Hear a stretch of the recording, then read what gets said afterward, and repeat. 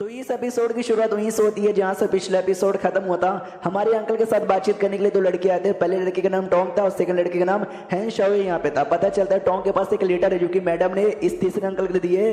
हैन Shao भड़क जाता कहता है एक सेकंड, उसने तुमको लेटर के बारे में बताया लेकिन मुझे यहाँ पे नहीं बताया। लेटर में क्या है भाई, मुझे भी देखने दे। और दोनों लेटर आपस में फाइट करने लग जाते हैं। तो हमारा मेक कटर नोटिस करते हुआ ये जो लड़का टोंग है ना भाई, ये तो ज्यादा स्ट्रॉन्ग लग रहा है हैन शाओ द्वारा। जो सुनते अंकल भी कहते हैं तुमने हैन शाओ के साथ फाइट यहाँ पे अभी अभी किया ना, तुमको तो आइडिया लगनी चाहिए। हैन शाओ ना हार जाता है, वो कहता साले टोंग आज मैं हार गया हूं, लेकिन आज जो मेरे साथ हुआ ना, तुमने गद्दारी की मुझे ना बताकर, मैं बाद में इसका बदला ले लूंगा। इतना बोल के वहां से निकल जाता है। फिर जो टोंग है ना तीसरे अंकल से भी कहता है भाई तीसरे अंकल मानना पड़ेगा, तुम्हारा भतीजा तो बड़ा कमाल का है, इसने हैन शाओ के साथ फाइट करके उसको बड़ा चोट पहुंचा दिया। तो मुझे लगा नहीं था तुम्हारा भतीजा ऐसा कर सकता है। अगर वो मेरे सामने किया जिसके चक्कर में मुझे विश्वास है, अगर मेरे सामने ना करता तो मुझे विश्वास भी ना होता। वो भी कहते यस भतीजा मेरा है, लेटर दिखाऊं। वो भी कहते यस मैडम ने ये लेटर तुम्हारे लिए यहाँ पे भेजा, ये लो लेटर। भाई 10 साल यहाँ पर हो चुके हैं, तुमको तो याद ही होगा। ये भी कहते यस 10 साल हो चुके हैं। वो भी बताता है कि जो मैडम है ना भाई मौत के साथ यहाँ पे सामना कर रही है। वो एक लेटर था और साथ ही में एक बाल का टुकड़ा यहाँ पे था, एक नहीं बल्कि ढेर सारे बाल के टुकड़े यहाँ पे थे। तो लेटर के अंदर ये लिखे हुए थे कि 10 साल हो चुके हैं, आज भी तुम्हारी याद यहाँ पे बहुत ज्यादा आती है और आज भी यहाँ पर है ना तुम्हारी यादों में खोई रहती हूँ। ये जो बाल है ना, ये बाल उम्मीद की किरण यहाँ पर है। आई तुम अपनी उम्मीद की जो किरण है ना वो ना यहाँ पे आलो। टोंग यहाँ पे बताता कई बार बंदे हार मान जाते हैं। 10 साल तुझे भी हो चुका पाई जुए, लेकिन मेरे ख्याल से तूने हार नहीं मानना है। मैडम भी नहीं चाहती तू हार यहाँ पे माने, तो जाहिर सी बात है कि हम भी नहीं चाहेंगे तू हार यहाँ पे माने। जो मुझे करना था मैंने कर लिया। तो हमारा ये अंकल भी कहता है कि हाँ आपका बहुत ज्यादा यहाँ पे शुक्रिया, सॉरी से ज्यादा मैं आपके साथ टाइम स्पेंड नहीं कर सकता। तो टोंग भी कहते मेरा भी काम बस तुझे लेटर पहुंचाना था, मुझे भी टाइम स्पेंड करना नहीं है, इसके लिए अलविदा। इतना बोल के वहां से निकल के चल जाता है। और हमको पता चलता है कि भाई ये लड़की एग्जैक्टली है कौन। तो क्या ना आज से लगभग 12 साल पहले जो अंकल सही सलामत था, पूरा जो रॉयल फैमिली ने अपने पीक पावर पे था, मतलब सब कुछ बढ़िया यहाँ पे था, उसी समय ये भी बड़ा मतलब अच्छा सोल्जर यहाँ पे था, जवान हट्टा कट्टा मर्द यहाँ पे था। और एक लड़की के साथ यहाँ पे मुलाकात होती है।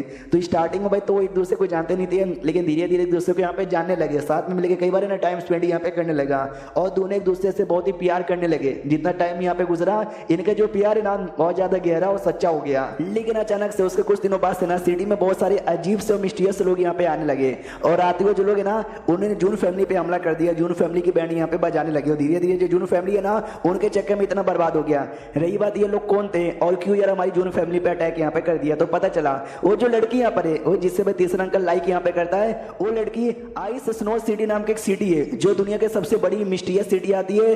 और उस सिटी का जो सिटी लॉर्ड है ना उसकी बेटी है, उसको मंजूर नहीं है कि भाई मेरी बेटी किसी मामूली से आदमी के साथ यहाँ पे प्यार करे। इसके लिए अपने बंदे लोग को भेज के उसने जून फैमिली की बैंड यहाँ पे बजवा दी। तो ये बात दरअसल यहाँ पर हुई थी। और अंकल ये भी बताता ये जो ऑक्शन हाउस है ना, ये ऑक्शन हाउस भी उस सिटी वालों के लिए काम करता है। तभी मैंने तुझे मना किया कुछ भी हो जाए लेकिन ऑक्शन हाउस वाले से पंगा यहाँ पे मत लिया कर, समझ गया क्या। अब हमारा मैं कहता था अच्छा तो ये सारी बात थी क्या, मुझे समझ यहाँ पर आ गया। हाँ तो भाई जो भी हमारी फैमिली की इतनी बुरी हालत हुई थी, जो आपकी इतनी बुरी हालत हुई थी, सब उसके चक्कर में हुआ था क्या, उन सिटी वालों के चक्कर में क्या।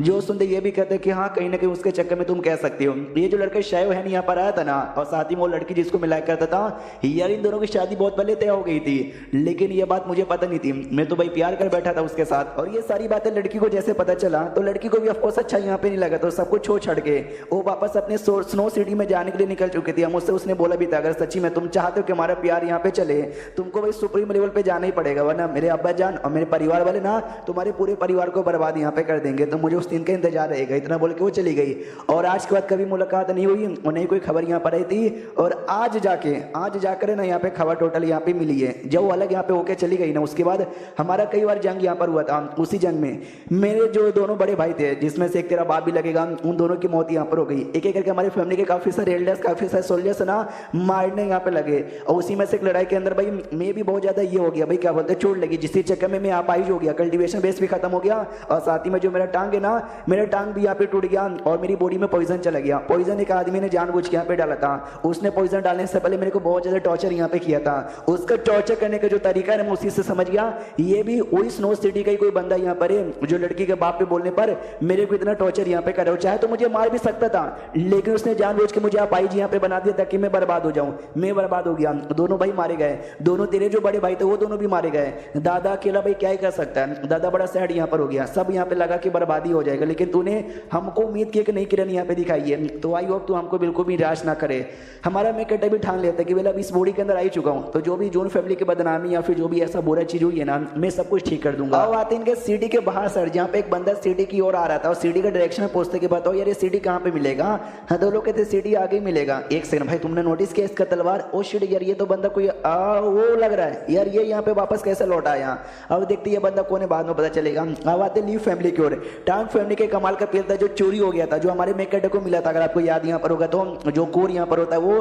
हाँ तो उसके बारे में लीव फैमिली का दादा प्लस ली भी बैठ के बातचीत करते जाओ और जितना जल्दी हो सके उतना जल्दी पता यहाँ पे करो, तो नौकर निकल जाता है। ली यू देख सकते हो उसने मार्क्स यहाँ पे पहना, क्योंकि पीछे जब भट्टी का ब्लास्ट यहाँ पर हुआ था उस समय इसको चोट यहाँ पे लगी थी। ये भी कहते हैं कि भाई जिस बंदे ने ये पील यहाँ पे चोरी किया ना, शायद उसी बंदे ने ये पब्लिकली बात यहाँ पे फैला दी है कि भाई हमने पील यहाँ पे चोरी किया है। दादा कहता है कोई चोर पागल ही होगा जो चोरी करके सबको फैलाता है कि भाई चोरी यहाँ पर हुआ है, तो क्यों ऐसा किया। जो सुंदर ली कहते हैं कि मेरे को आइडिया यहाँ पर आया कि उसने ऐसा काय को किया है। मुझे ऐसा लगता है कि शायद उसने पील तो चोरी कर लिया, अब उसको खुद यहाँ पे नहीं पता कि भाई इसका यूज यहाँ पे कैसे करते हैं, तो जानबूझ के उसके बारे में अफवाह फैला दिया ताकि लोग उसके बारे में बातचीत कर उसका क्या यूज होता है, कैसे यूज करते हैं उसको पता चल जाए। एक रीजन ये हो गया। सेकंड रीजन, वो पील इतना कमाल के जो लेवल अप करने के लिए काम आता है, पक्का ये जो आदमी है वो बड़ा हाई लेवल का होगा और इसको और भी ज्यादा हाई लेवल पे लेवल अप करने के लिए पील यहाँ पे चाहिए था। लेकिन खाली पील खाने से नहीं होगा बल्कि फाइट करने से भी होगा, इसलिए बातें फैला दी ताकि पीछा करते करते मेरे पास है मैं फाइट वाइट यहाँ पे करूँ और करने के बाद अपने लेवल अप कर लूँ। ये भी एक रीजन हो सकता है। जो सुंदर दादा कहता है फिर तो मुझे लगता है वो जो बंदा है कोई बड़े फैमिली का मेंबर यहाँ पर होगा। तो पोता भी कहता है यस दादा जान आपने सही पकड़ा, वो कोई छोटे मोटे फैमिली का मेंबर हो ही नहीं सकता, वो कोई बहुत ही बड़ी फैमिली से बिलोंग करता होगा। और मैं अनुमान लगा सकता हूँ भाई कौन कौन बड़ी फैमिली हो सकती है। एक ली फैमिली हो गई, एक डुगू फैमिली हो गई, एक जून फैमिली हो गई, इसके अलावा भाई सन फैमिली भी है और दो चार ऐसी फैमिली है। इन्हीं फैमिली में से कोई यहाँ पर होगा। जो सुंदर दादा भी कहता है कि भाई तूने सारी फैमिली के बारे में बात कर लिया था, लेकिन जो सबसे स्ट्रॉन्गेस्ट फैमिली हमारी सिटी की तूने तो उसके बारे में बात ही नहीं किया। भाई रॉयल फैमिली से बड़ी कोई फैमिली नहीं है हमारी सिटी के अंदर। रॉयल फैमिली यानी राजा की फैमिली। जो सुंदर वो भी कहते हैं, लेकिन तभी दादा को अचानक से तकलीफ होने लग जाती है क्योंकि जो चोट यहाँ पे लगा था ना पीछे, जो जड़ी बूटी ब्लास्ट हो गया था, तो दादा कहता है सुन भाई मेरी बात, ये जो है ना भाई ब्लास्ट के चक्कर में चोट तो बहुत ज्यादा लगा, अगर ये पिल मुझे मिल जाता तो मैं ठीक कर सकता हूँ अपने आप को, लेकिन अकेले पिल ऑब्टेन करने जाएगा तो मुसीबत आएगा। जब तक तुम्हारे मास्टर यहाँ पे नहीं आते, जब तक पिल अकेले ऑब्टेन करने के बारे में सोचना भी मत, या बाई चांस मिला तो अकेले कोई फैसला लेने मत जाना, बिना तुम्हारे मास्टर को तुम कुछ कर नहीं सकते हैं। तो ली भी कहता डोंट वरी, मैंने अपने बंदे लोग को लगा दिया, खबर यहाँ पे मिलेगा, जैसे मास्टर आएंगे उनके सपोर्ट द्वारा मैं बिल भी यहाँ पे ऑब्टेन कर लूंगा। दादा भी कहते बढ़िया, तुम्हारा कल्टीवेशन चल कैसा रहा है। तो ये भी कहते कि दादाजी कुछ खास यहाँ पे नहीं है, लेकिन जो जीन पिन स्टेज है ना मैं उसके पीक लेवल पर आ गया हूँ। आई डोंट नो भैया जीन पिन कौन सा स्टेज है। कभी राइटर है ना चाइनीज नेम यूज करता है, कभी इंग्लिश नेम यूज करता है, और जीन पिन ये चाइनीज नेम है। हाँ तो इंग्लिश में इसका कौन सा लेवल है मुझे आइडिया नहीं है, जैसे इंग्लिश में आगे चैप्टर में पता चलेगा तो मैं बता दूंगा। तो दादा भी कहता है गुड, ऐसी करते रहे और तेरा प्रोग्रेस यहाँ पर होगा, और ये चैप्टर यहीं पे खत्म हो जाता है। तो हम मिलते हैं किसी और वीडियो में, जब तक के लिए बाय बाय।